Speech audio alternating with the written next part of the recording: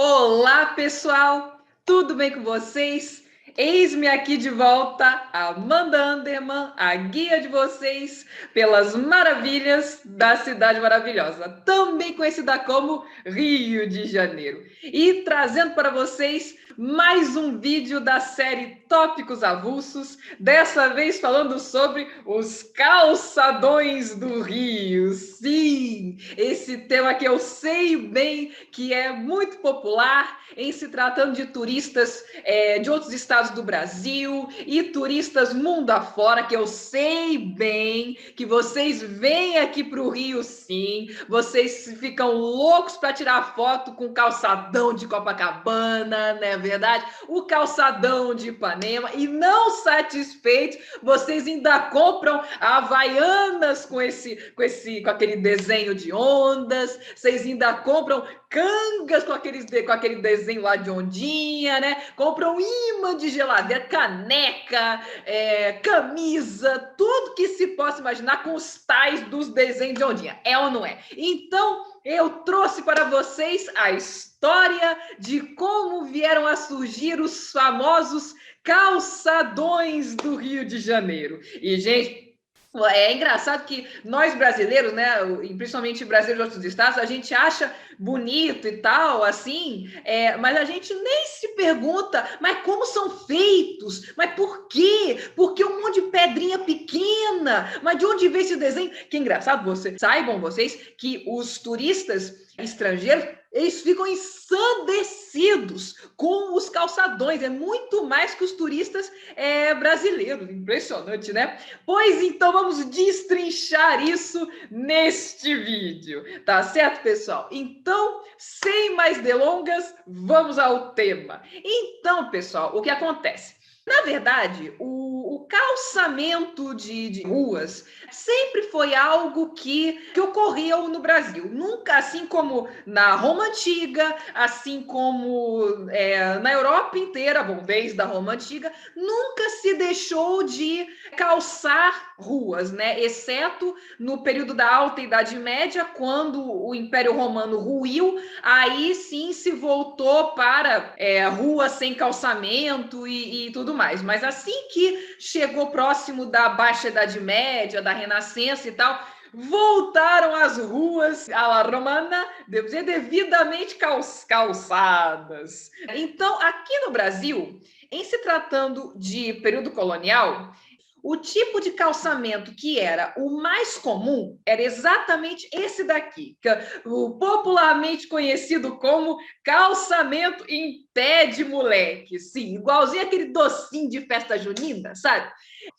Mas por que, então, que pegaram um monte de pedrinha pequena e botaram esse calçamento, em vez de pegarem pedras maiores e tal, e calçar, se era muito que calçar as estradas e as ruas, né? Se era muito mais, que era muito mais prático, ficaria muito mais harmônico. Pensa em azulejo, por exemplo, na parede, né? Muito mais fácil com pedaços grandes, né? Para que esses montes de coisinha? Bom, isso é porque acontece, né, que os portugueses, pessoal, eles eram muito danadinho de esperto. Na verdade, quando eu digo que a última coisa que o português é burro, é verdade. Eles eram danadinho de esperto, então os danadinhos usavam essas pedras pequenas, grandes, médias, de diversos tamanhos, para fazer peso nas caravelas, de modo que elas ficassem mais estáveis na viagem até o Brasil, até a Índia, até a África e assim por diante, né? Então, ou seja, porque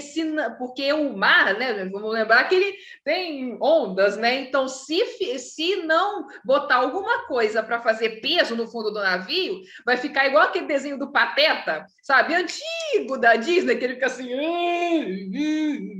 no navio, sabe? Vai ficar assim. Então, eles botavam isso.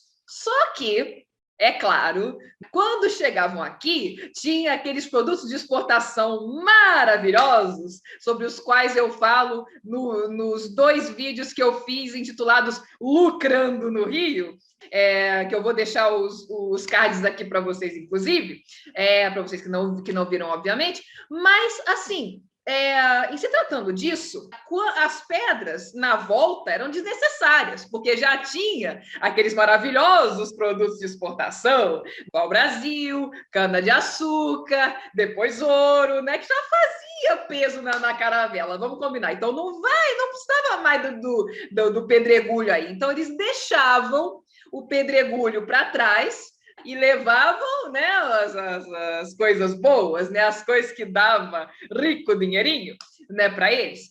Então, aí o que restou para nós aqui? Usar isso aí para calçar rua, né? Então a gente fez isso. E, inclusive, pessoal, até hoje, esse tipo de calçamento existe, por exemplo, no Brasil, nas cidades históricas de Minas, por exemplo, Ouro Preto, né?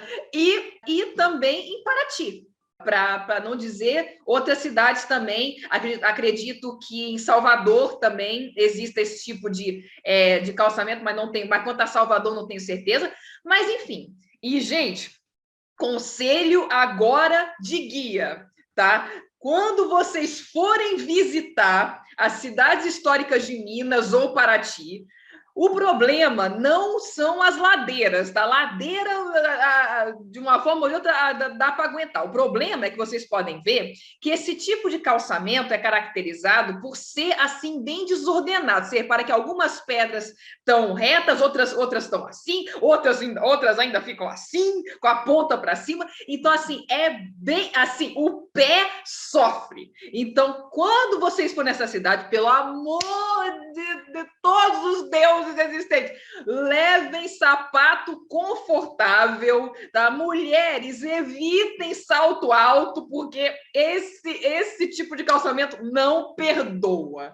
Eu sei por experiência própria. E mesmo você estando com sapato confortável, reze para que a pontinha de uma dessas pedras, que porventura esteja assim, não pegue exatamente no meio do seu pé, que aquilo ali é como se fosse um prego entrando ali.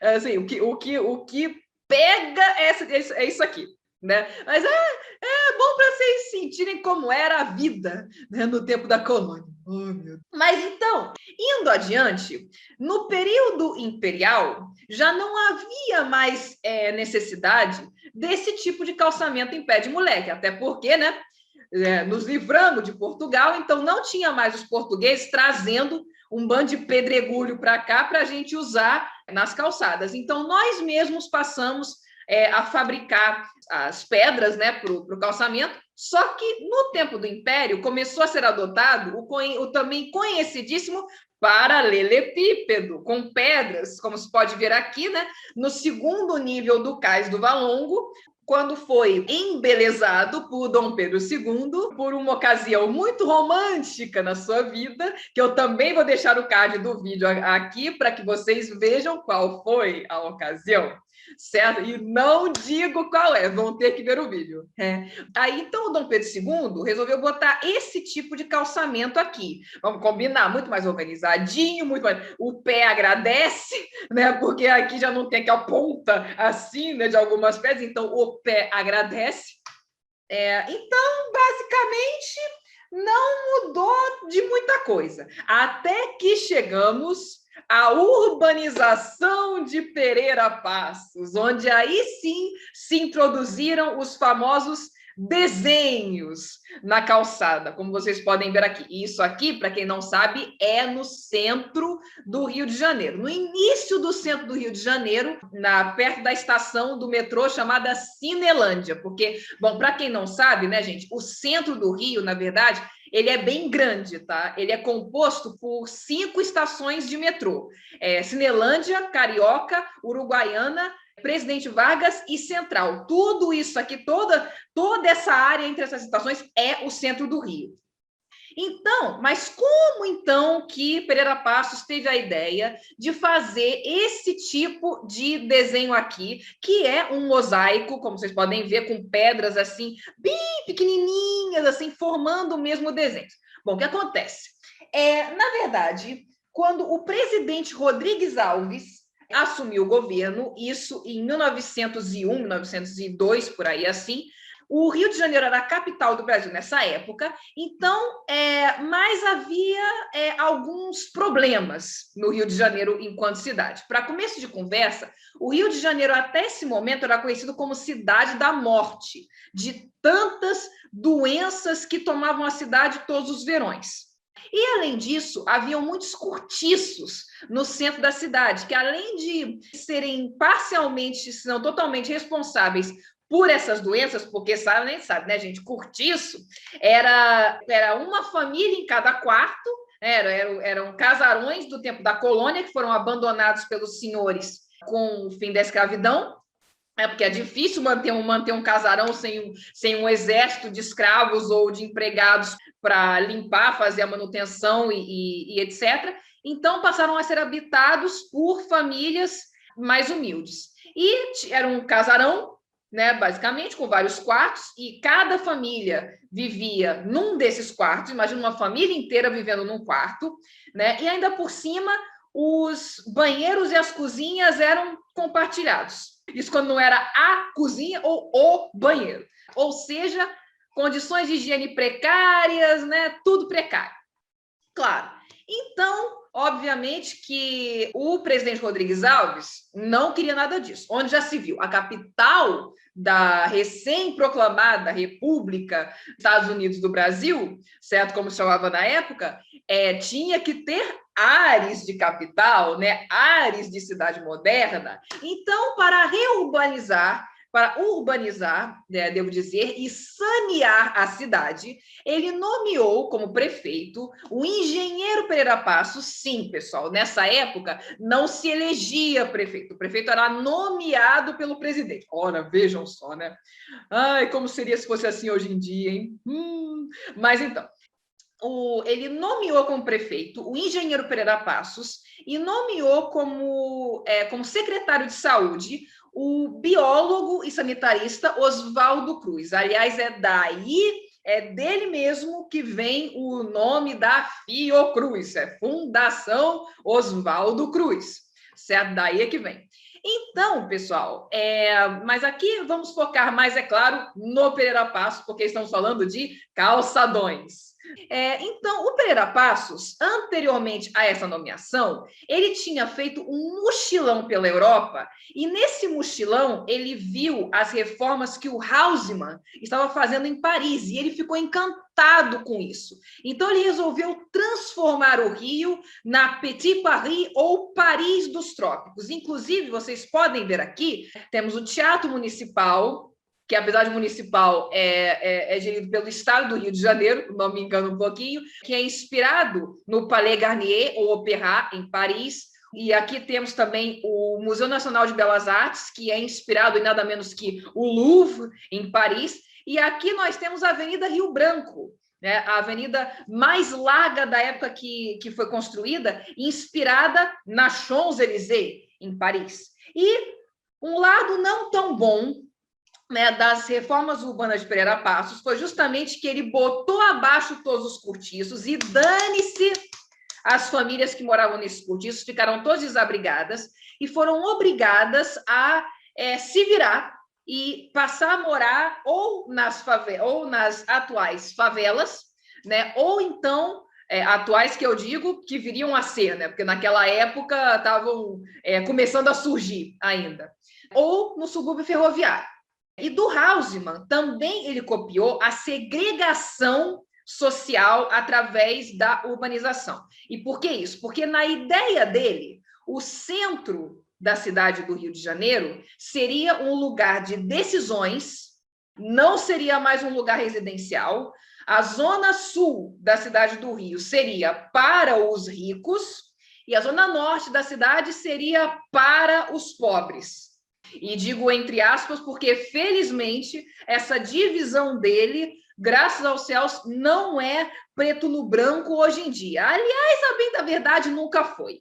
Então, para vocês que não são do Rio, nem todo mundo que mora na Zona Sul é rico e nem todo mundo que mora na Zona Norte é pobre. Então, isso não pegou. Agora, o fato de o centro não ser um bairro residencial, e sim um lugar para trabalhar e tomada de decisões e mais nada, isso pegou. Bom, pelo menos até antes do início da pandemia, né, pessoal? Porque realmente, com o início da pandemia, em 2020, o centro do Rio de Janeiro ficou assim bastante abandonado, porque vamos combinar que o centro, desde Pereira Passos, em 1902, sendo um lugar só de trabalho, se até mesmo fora de dias úteis o centro já ficava vazio, porque tudo isso aqui, esses prédios aqui que vocês podem ver, né, e tal, e o centro é cheio de prédio, mas é tudo escritório. Então, com todo mundo passando a trabalhar em home office, né, vocês imaginem, né, ficou bem abandonado, bem largado, e etc. Então, agora estão com alguns projetos aí de incentivar as pessoas a morarem no centro da cidade. Então, vamos ver se mesmo depois dessa pandemia acabar, se o centro voltará a ser um lugar residencial. Se não, vejamos. Mas voltando aqui para o nosso tema de calçadões, os calçadões com desenho assim foram ideia do Pereira Passos também, porque ele estava tentando também embelezar a cidade do Rio de Janeiro. E ele justamente se inspirou na Praça do Rossio, em Lisboa, que ele também tinha visto no mochilão. E reparem, né, algo assim bastante familiar no desenho e tal. Ondas, né? Onde será que eu já vi essas ondas? Ah, sim, Copacabana, é claro, né? Ou seja, esse desenho aqui de ondas tão característico da praia de Copacabana, né? E que todo mundo, e que os desavisados, né? Todo mundo não, os desavisados, né? Pensam que é o original do Brasil, original do Rio de Janeiro. Né não, né não, nós copiamos da Praça do Rossio. Mas é engraçado, né? Os portugueses traziam as pedras e levavam as nossas riquezas para lá, né? Pois a gente deu um troco. Agora ninguém mais sabe. Todo mundo, quando pensa nesse tipo de desenho, ninguém pensa nessa praça aqui. Todo mundo só pensa no quê? Em Copacabana, né? Fazer o quê, né?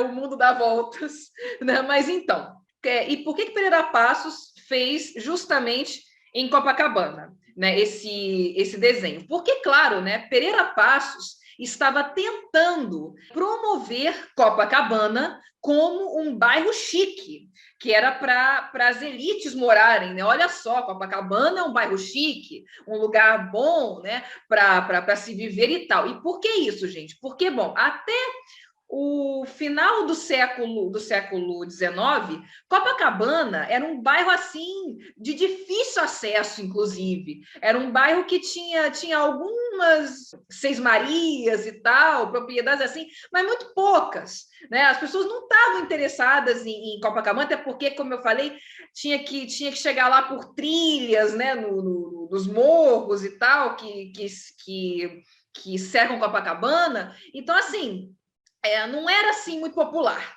Aí Pereira Passos tentou tornar Copacabana um bairro popular, botando ali o desenho igual da Praça do Rossio em formato de ondas. Só que Copacabana, é claro, só foi efetivamente se tornar um bairro chique, um bairro popular e tal, com o filme Flying Down to Rio, em 1933. E tudo isso que eu estou falando aqui, que eu estou pincelando, aguardem, confiem que eu vou falar sobre isso na série Rio, uma História. Só que Copacabana sofreu algumas modificações ao longo do tempo.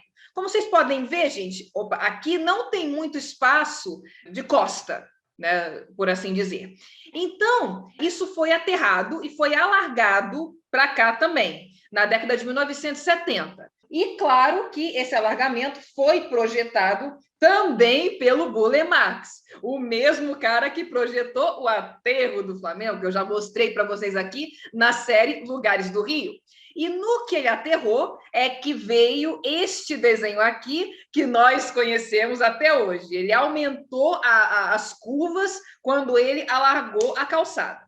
Mas é claro que o centro e Copacabana não são os únicos lugares do Rio aonde nós temos esses calçadões com desenhos. Se vocês Estando em Copacabana, se vocês caminharem na direção de Ipanema, vocês vão saber exatamente o momento que vocês saíram de Copacabana e entraram em Ipanema, que é o bairro vizinho, pelo calçadão também. Porque este aqui, minha gente, é o calçadão de Ipanema. Vocês podem notar, inclusive, que é um desenho diferente de Copacabana. Enquanto Copacabana são ondas, o calçadão de Ipanema são formas geométricas, né? Uma coisa meio abstrata.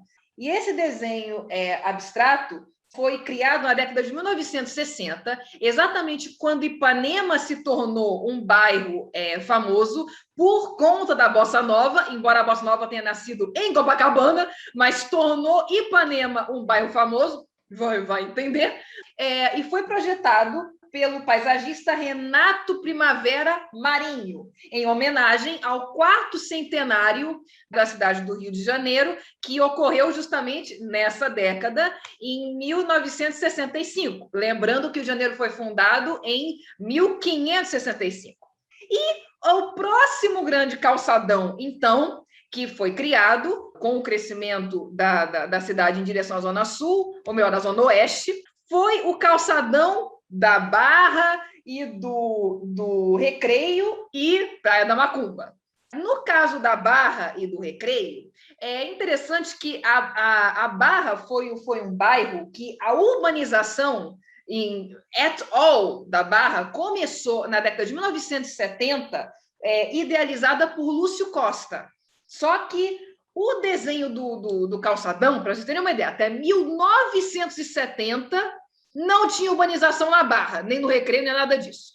Então, na década de 1980, é que o prefeito Marcelo Alencar teve a ideia de também fazer um calçadão com desenhos na praia da Barra e nas praias da Zona Oeste. Só que, como vocês podem ver, aqui o desenho é um traçado de peixes. Então, a partir do momento que Pereira Passos primeiro introduziu esse desenho, cada bairro foi copiando, mas para não ficar muito igual, aquela coisa, né? Para não dizer que nós estamos copiando, vamos alterar o desenho. Basicamente foi isso. Então, pessoal, com isto, nós terminamos aqui o nosso vídeo sobre os calçadões do Rio. Espero que tenham gostado do vídeo. E se gostaram do vídeo, por favor, se inscrevam no canal, deixem seu like e compartilhem com o maior número de pessoas, para que o maior número de pessoas saiba dessa e outras maravilhas da Cidade Maravilhosa. E como de costume nesse canal, vejo vocês no próximo vídeo. Tchau!